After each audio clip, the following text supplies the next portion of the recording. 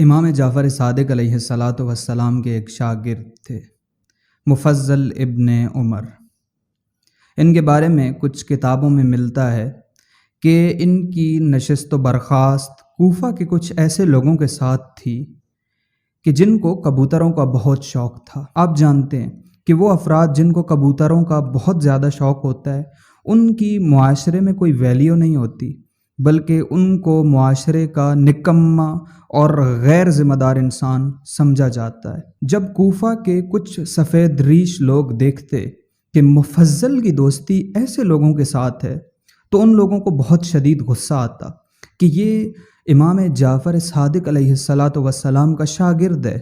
اور اس کا اٹھنا بیٹھنا ایسے لوگوں کے ساتھ ہے جس کی وجہ سے امام کا نام بھی خراب ہو رہا ہے۔ یہ لوگ اپنی شکایت لے کر امام کی خدمت میں حاضر ہوئے اور امام کی خدمت میں عرض کرنے لگے کہ اے مولا، آپ کا فلاں شاگرد کچھ ایسے لوگوں کے ساتھ بیٹھتا ہے جن کی وجہ سے آپ کا نام خراب ہو رہا ہے۔ امام علیہ الصلاۃ والسلام نے کاغذ اور قلم لیا، اس کاغذ پر کچھ لکھا، خط کو بند کیا اور ان لوگوں کے حوالے کیا، اور امام نے فرمایا کہ یہ خط مفضل کو دے دینا اور مفضل سے کہنا کہ یہ خط مسجد میں تمام لوگوں کو جمع کر کے ان کے سامنے پڑھیں۔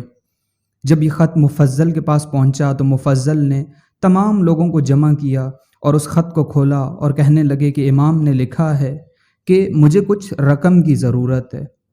جب مسجد میں موجود لوگوں نے یہ سنا کہ امام کو کچھ رقم کی ضرورت ہے تو وہ پریشانی کے عالم میں چہم گوئیاں کرنے لگے کہ یار میں نے تو گھر کا رینٹ پے کرنا ہے، میں تو فلاں مشکل میں پھنسا ہوا ہوں۔ لیکن یہ آواز ان کبوتر بازوں نے بھی سنی تھی۔ ان لوگوں کے پاس جو کچھ بھی موجود تھا انہوں نے جمع کیا۔ ابھی یہ مجمع مسجد کے اندر موجود ہی تھا کہ یہ لوگ اپنا مال و متاع لے کر مفضل کی خدمت میں حاضر ہوئے اور کہنے لگے کہ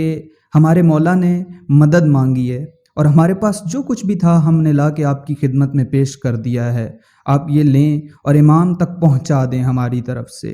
مفضل نے مسجد میں موجود لوگوں کی طرف دیکھا اور کہا کہ دیکھا تم لوگوں نے، جب دین کو تمہاری ضرورت پڑی تو تم لوگ بہانے بنانے لگے، لیکن یہی لوگ کہ جن کا ظاہر دینی نہیں ہے اور تم ان کے ظاہر کو دیکھ کر ان کو غیر متدین افراد کہتے ہو، یہی لوگ آ کر دین کی نصرت کرتے ہیں۔ امام صادق علیہ الصلاۃ والسلام تمہیں یہ سکھانا چاہتے تھے کہ کبھی بھی کسی کے ظاہر کو دیکھ کر اس کے متعلق فیصلہ نہ کرو۔